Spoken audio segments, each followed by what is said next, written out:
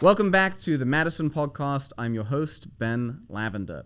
Our guest today made a major pivot from global marketing to real estate, and he didn't waste any time figuring it out.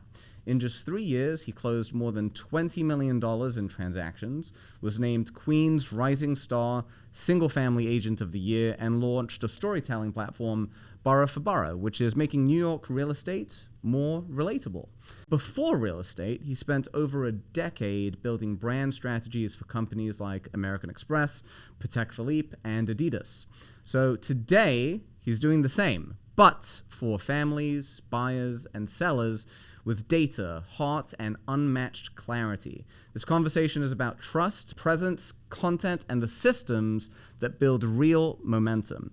If you're building your voice, your business, or your brand, this one is for you.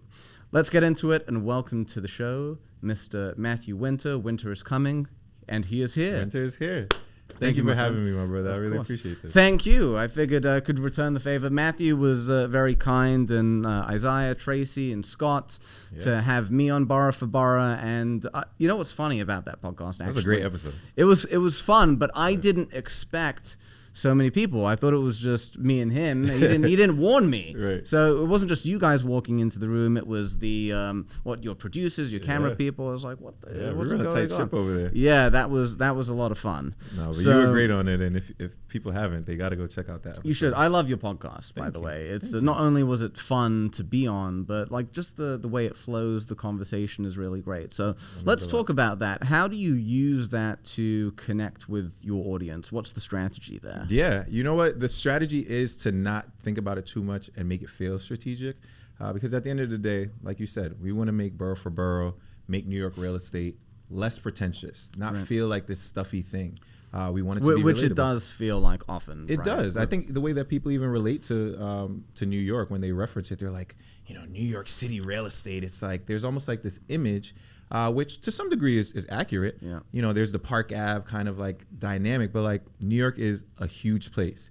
And so we want to be able to make sure that not only do people have a broader perception of what New York real estate really looks like, to make it more attainable, more understandable, but then more relatable so that it doesn't feel like this daunting thing that you can never purchase real estate in New York because it's this high thing that you can't get to. You could say in a way that you guys pull back the curtain on it. So that's a nicer way of saying it. Yeah, like even that. from my perspective, when I see a lot of New York City real estate agents, even mortgage people too, it's they show the glitz and the glam, which is great, right? It's fun, it's sexy for views, but it doesn't feel accessible to a lot of people, and sometimes it may even feel. I mean, you could tell me, do you feel like the audience feels that's kind of intimidating or like hard to approach those types of people? Yeah, I think that's the right word. I think the unapproachable or the unapproachability, if that's even really a word. I think it's a word. It's a word now. We're gonna make it up today. But no, I do think part of the reason that is kind of part and parcel for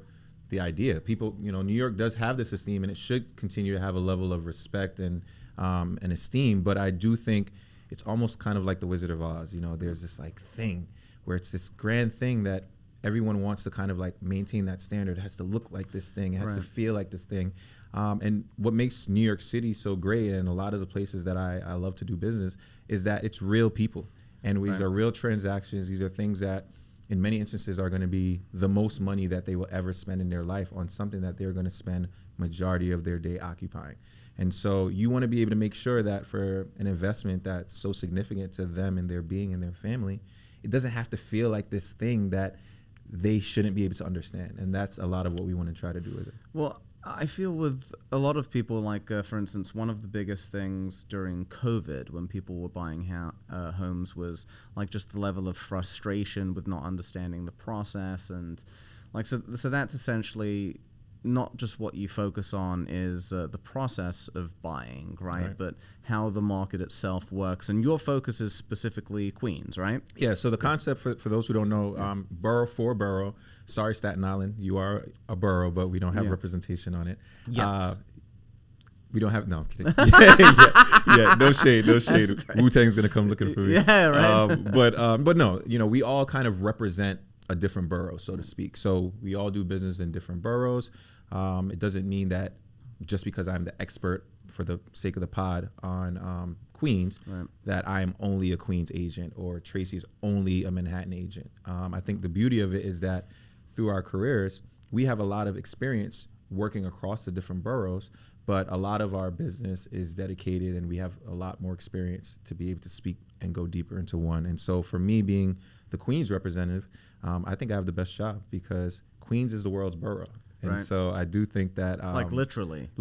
yeah. I don't want to butcher the stat, but if I'm correct, Queens is the most diverse Yep. place in the world. Yeah. Diverse big city in terms of just makeup of people.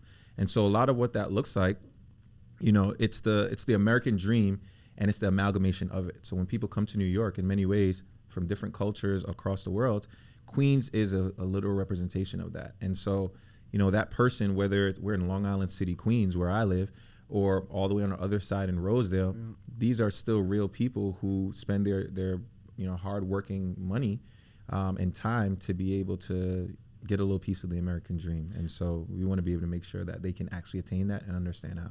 So what does your average buyer look like in terms of their lifestyle? Because this goes with pulling back the curtain, right? Yeah. Because I think the average perspective is like, in order to buy a property or even a condo, co-op, whatever, in New York City, you have to have some big, fancy finance job in the city. Is that kind of the case with your clientele? Or? Not necessarily. It's a makeup of that. I do have those clients, and I love them, and we do good business together. Right. But I think the majority of the customers and the ones that from a strategic standpoint, I love to be strategic for, are the ones who maybe are just under $1 million, because New York City real estate, even at an entry point, you're not that far from $1 million.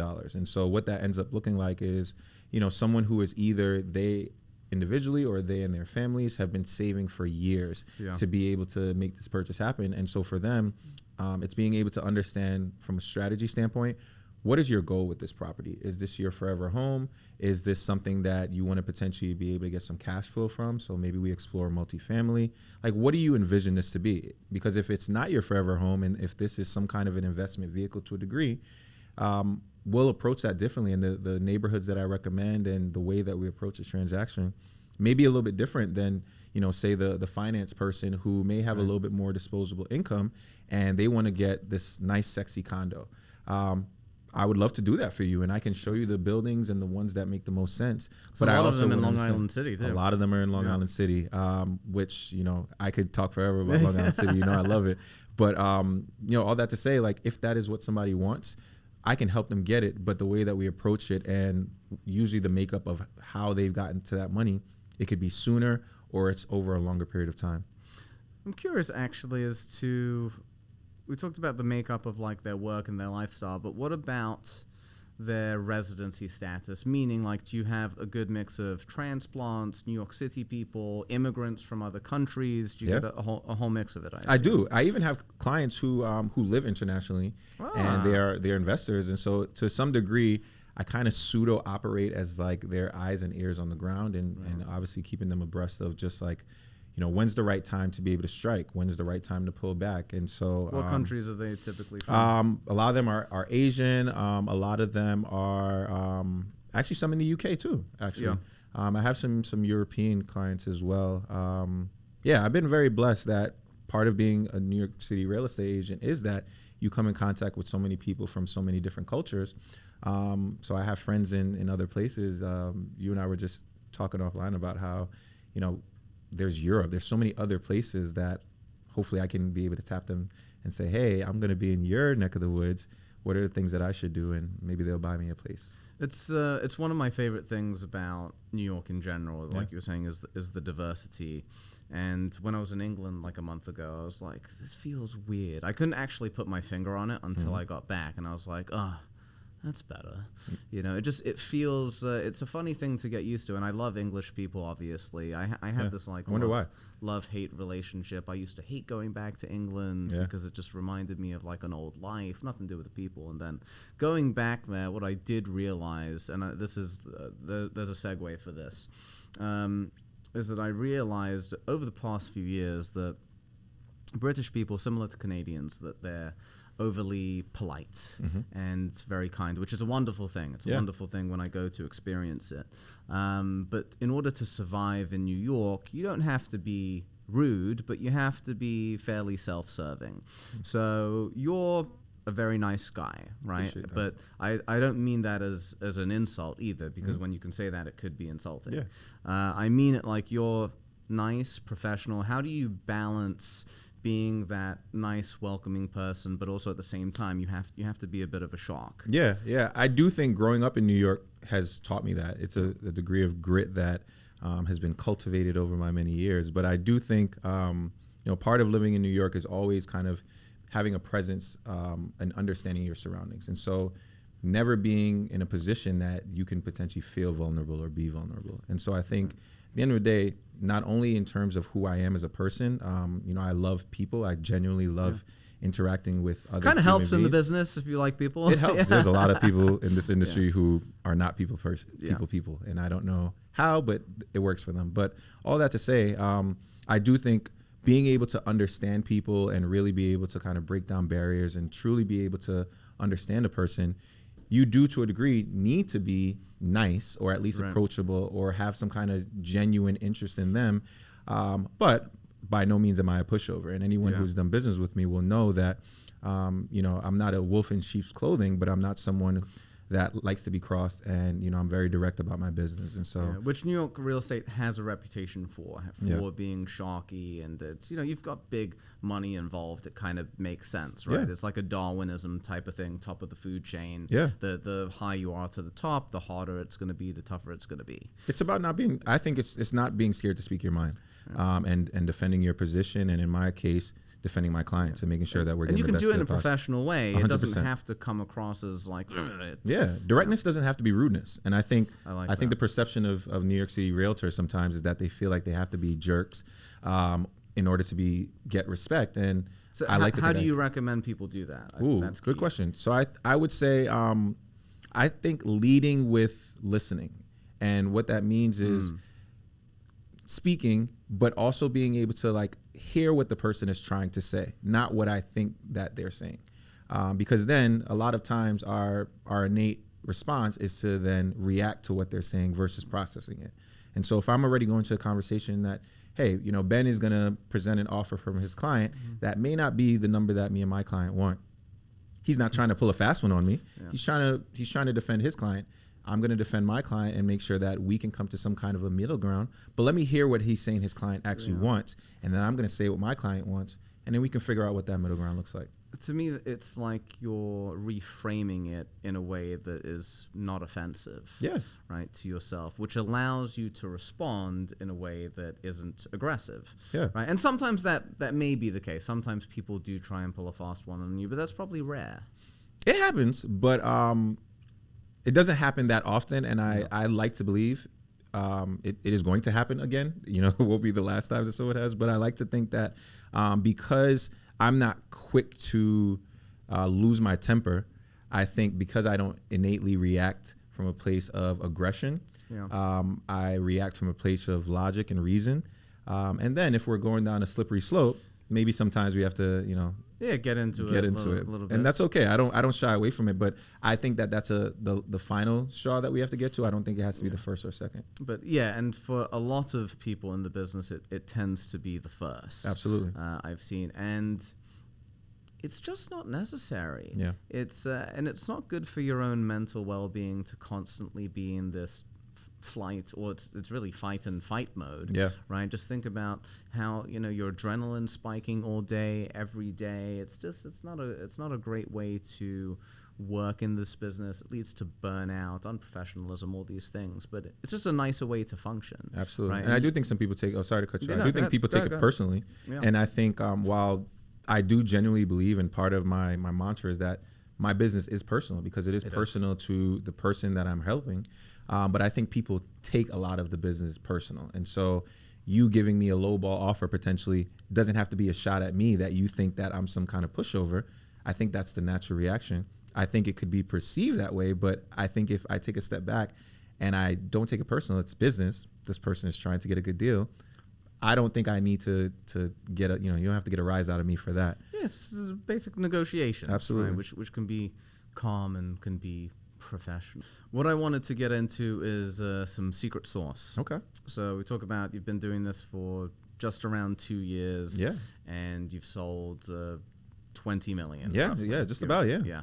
Which is crazy to say out loud. Yeah, it's batshit insane. It's very, very impressive. Yeah. So Thank you. we know that you've got the marketing background. Yeah. Can you talk about, and I mentioned this offline as well, is a lot of people get into the business saying to themselves that they're going to do that. I'm going to sell in my first year, 5 million, right? You did basically the average 10 million a year. Yeah. And we were also saying, like, when you spill some secret sauce, some people are worried that you're going to take it, right? But the reality is, even if you give everything away for free sometimes, or most people won't even do it. So can you tell us about, like, how you got there? Is there a unique approach? Is it pure grind? Like, how did that happen? Yeah, I think and thank you for that. Of course. I do think the secret sauce is all of those things that you said. It is a grind, but I think it's a willingness to be a student. As you said, I did have a long career before this in marketing, and I think that was one of the best things that could have happened to me prior to my real estate career. Okay, so how did you apply? I do want to come back, but how did you apply all the marketing stuff from your prior jobs to real estate, if at all, and to what degree? Yeah, absolutely. So, we were joking offline that, what kind of marketing have I done? I've done it all. And, I've literally, since I was an intern in high school, all the way through the jobs I've had many different jobs within marketing, but they've all given me a different type of perspective. And coming into real estate, without dumbing it down, really what I realized early on is that at the end of the day, I'm still doing marketing, whether it's marketing my buyer to a potential seller or marketing my seller's property to a buyer. What is the thing at the end of the day psychologically that they need to hear, that they need to see, that they need to understand? And then breaking it down to those degrees that, okay, how do I communicate that, whether it's that 1, 2, 3 thing, so that the message will be received? Because that's what marketing is. It's being able to disseminate a message at scale to be able to make sure that someone can receive it. Okay, but how do you do that? Okay, so how? So that is what they pay me for. No, I'm kidding. No, how I do that is, I'm a fairly laid back person, but those who know me well knows that I'm a very analytical person. Yeah, I was going to say calculated too. Calculated. Yeah, some people have said it's the Capricorn in me. Maybe that's what it is. But I'm a very goal-oriented person. I'm a very much I like structure in business. But outside of work, I'm a very laid back person. So being able to know that when it's time to turn it on, I need to approach this thing. If I want to hit that goal, I need to actually think about it, and I actually need to apply some type of logic and really actually go at this thing in a calculated manner. Yeah. And so what that ends up looking like is really making sure that my approach is thought through, thinking through all the different angles, being prepared to know that my answers aren't always right, but being receptive to understand, like, how can I get better at this thing? And since day one, I think I've been fortunate that the success that I've had over these last 3 years, it's been great. It sounds great to hear it out loud, which is wild, but I know that it didn't happen on day one. I know it didn't happen on day 100. And it was just continuing to get punched in the face sometimes, and being willing to come back and understand, why Tyson did I? Said everyone's got a plan until they get punched in the mouth. 100%. And I actually live by that because you can plan, but it's more about understanding, using Tyson's analogy. Last time I got punched in the face because I did this. Yeah. All right. I don't want to get punched as hard the next time. What do I have to change about my approach the next time to be able to dodge it a little bit more? I want to get a little granular on that. So when you were entering the business, what was the plan in terms of from the basics, like prospecting, lead generation, and what and how did you adapt over time to generate more business, if anything? Yeah. No, good question, because I think we all watch the real estate show. So my plan was I get my license, people start calling me. I'm in New York real estate, $1 million apartment sold, right? But no, in reality, it's not that easy. He's like, that's not what we all do.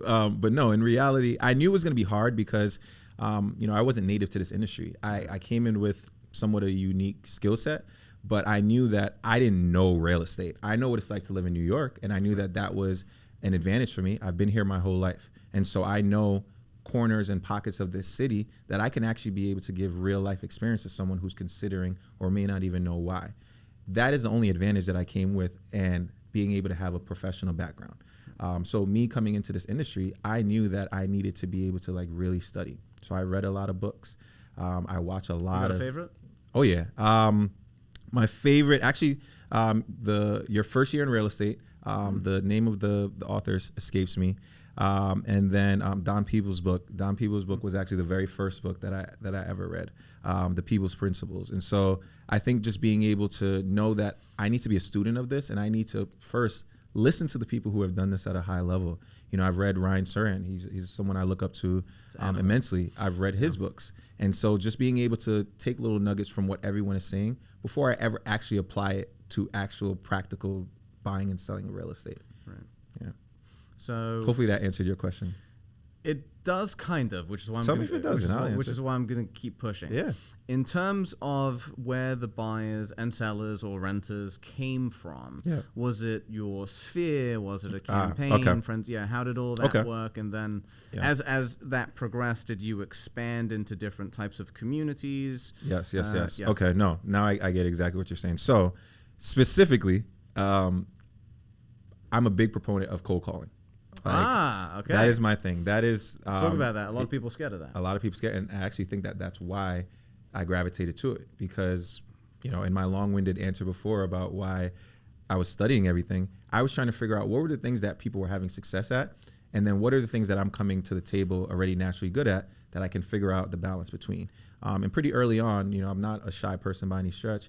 I would take some of the top agents that were in my office or at the company to be able to just ask them, like, you know, how are you getting your business? Or when you were early on, what were you doing?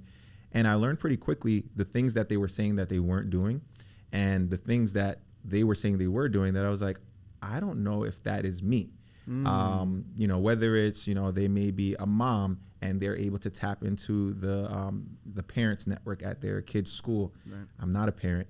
And I was like, I can't do that. And you can dig deep into that, and that's amazing. You're doing a lot of business off of that. But it was early on that I realized that, okay, I have to find my thing.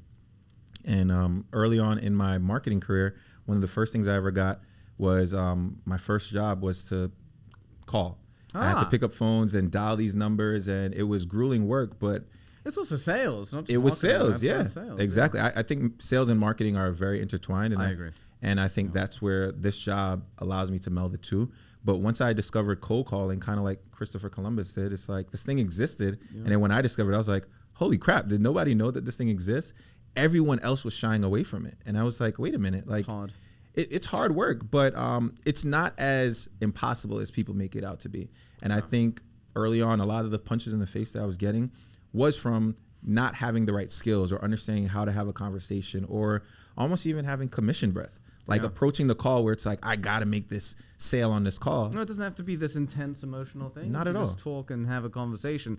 And a thought while you were explaining that, actually, like the whole approach is to basically do kind of the opposite. 100%. And do what everyone, I think the term for it is, they call it a contrarian mindset. Have you heard that before? No one's ever said that to me, but I can see me being a contrarian. That's literally what it is. I can see that. Because they say, and it's another thing, this is something Hormozy says, is, you know, the magic is in the work that you're not doing. Yes. Right? Which wasn't used specifically, but more of like an industry thing. No, I own that. I agree with that, because I do think I wanted to be able to kind of carve out my niche. You know, a lot of the things that I heard was like, what is your thing? What is your niche? And I realized that for me, I was comfortable making these calls because I had the experience in the past.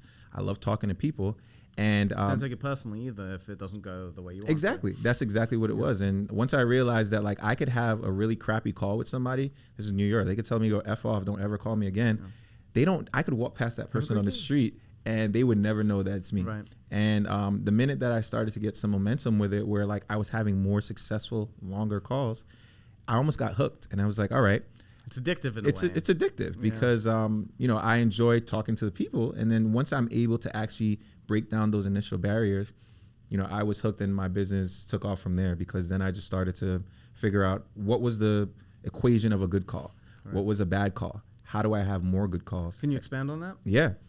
Yeah, a lot of it is almost like I said, not having that commission breath. Commission breath is a real thing where it's almost like you're pressing. At the end of the day, I'm calling someone out the blue who probably doesn't want to hear from me. I'm sure the last person that anyone wants to hear from on the other line is, "Hi, I'm Matt the realtor.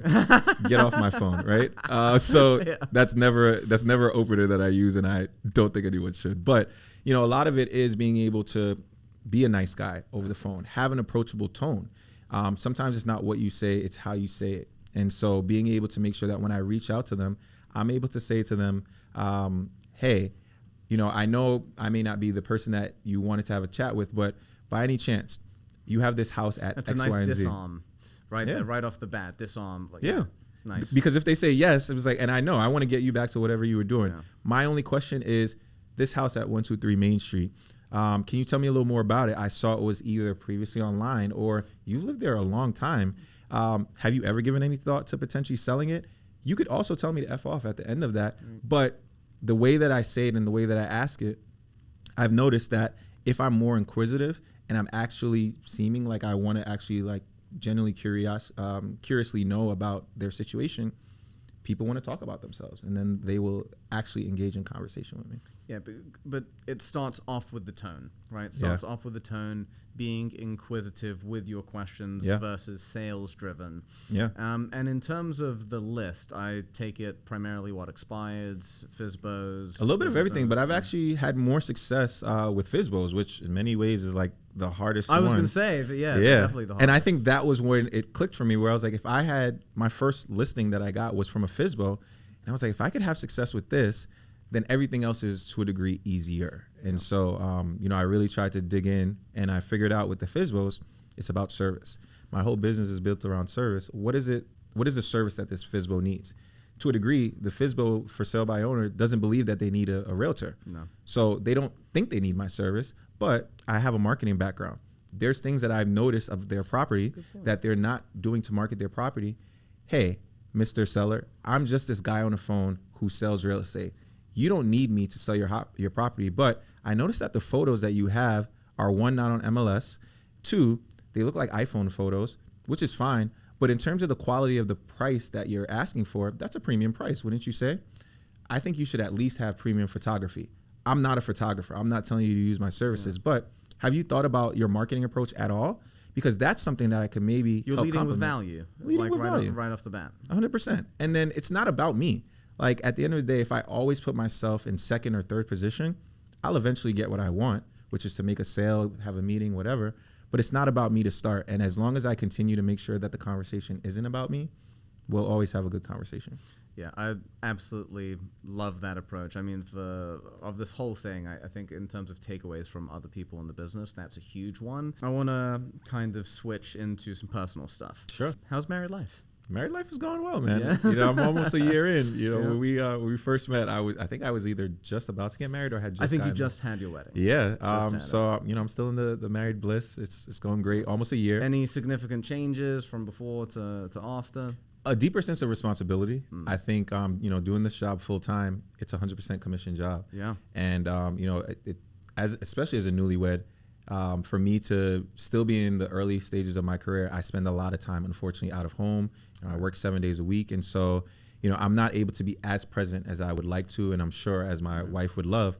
But now I have a different sense of responsibility where every minute matters. Like the time that I spend away from home, I'm away from my family, away from my wife. And so I need to be able to make sure that if I'm having a meeting with someone, if I have a certain distance, it has to be meaningful. Yeah, you don't waste a second. It's very interesting because since getting engaged, I'm starting to feel that. It's like I don't want to do anything that isn't going to, you're not like just laissez-faire, you know, it all has to count. Yeah. And being newer to the business, I mean, you have the marketing, so do you feel like your radar for time-wasting activity is higher from just a sense of being married or just more time in the business, or it's a combination of both? And it's maybe definitely a combination of both, because I do think at least just starting out in terms of what time of day am I having this meeting? Then it comes back to like, all right, well, that means I'm not going to get home until X, Y, and Z.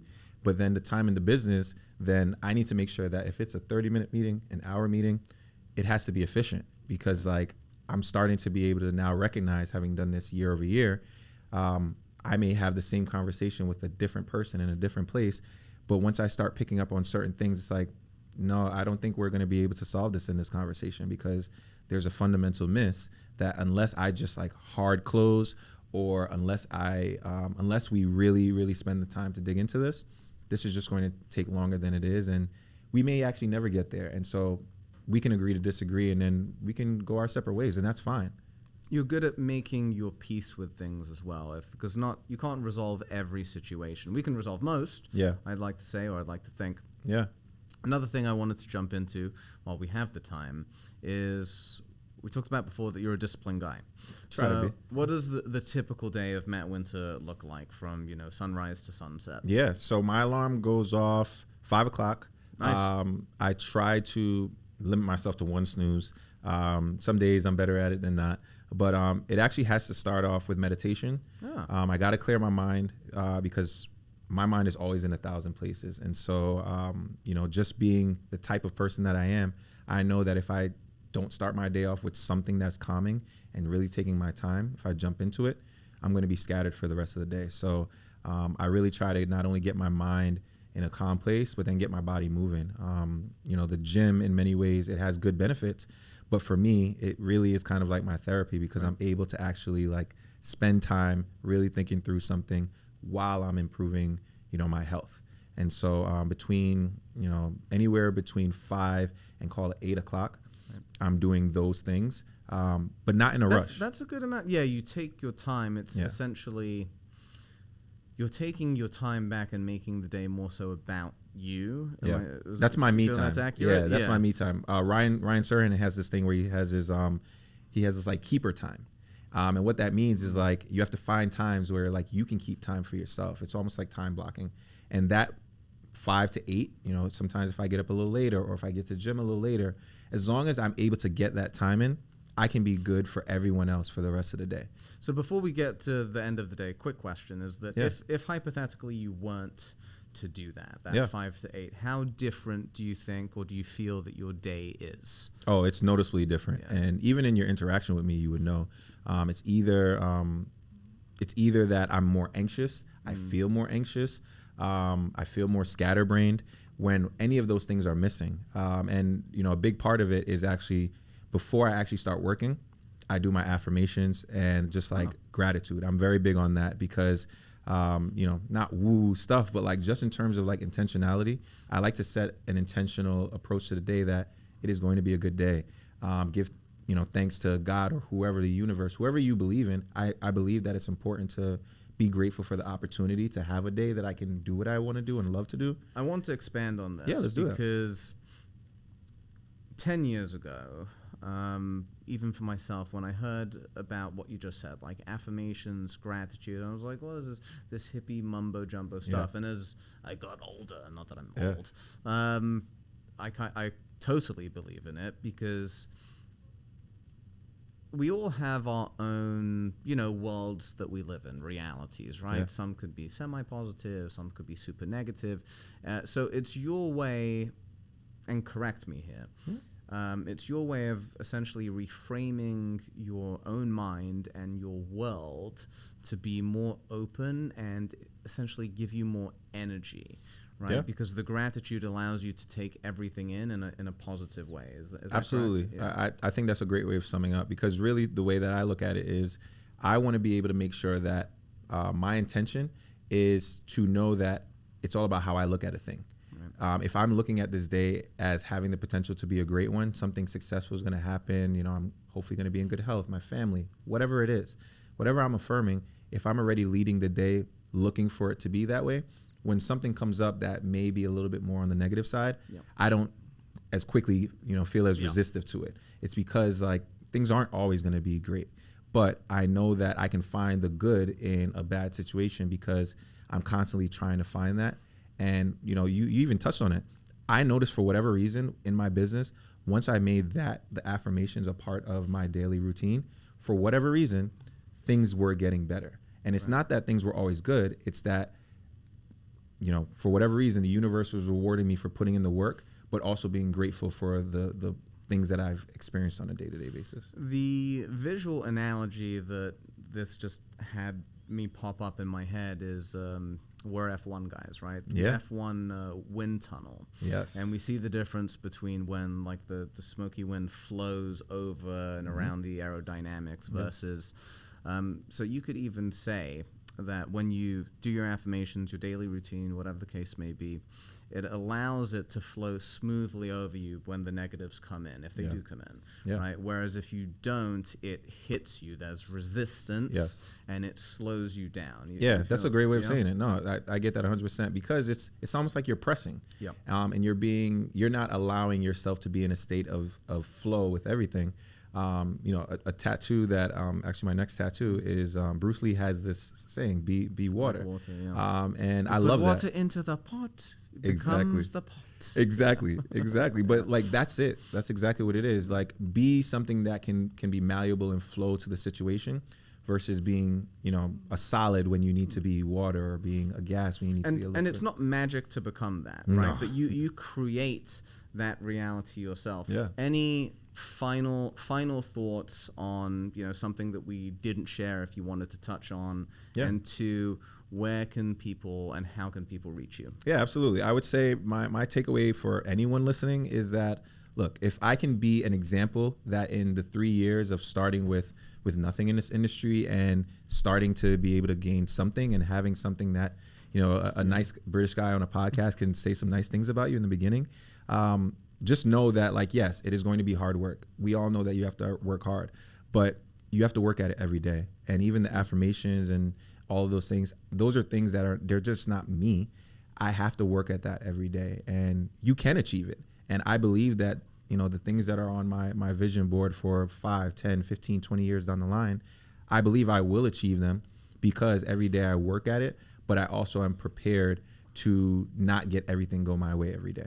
I want to actually just quickly acknowledge before you do tell people where they can find you, like acknowledge and thank you for saying that, because the way that most people in the business try and portray it is like it's all easy. It's all effortless. Like even creating your own reality routine, it's work. It's every single day. And I'm sure you have days where you're not perfect. You know, you're a 6 out of 10 on your efficiency scale versus, your 9.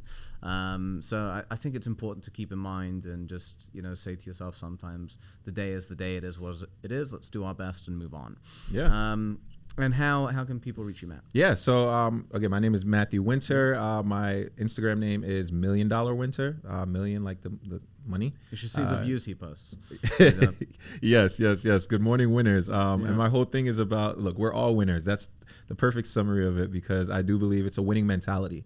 You may not always literally win, and in many ways you're going to lose sometimes. But having a winner's mentality is being able to, start your day off and really be prepared for it. And on my account, $1 Million Wynter with a Y, that's what I try to give a little lens into every day of me trying to tackle this New York real estate scene one day at a time. And you do it well. Thank you. Thank you very much, my friend. Thank you for having me. I appreciate it. This was fun. This was awesome.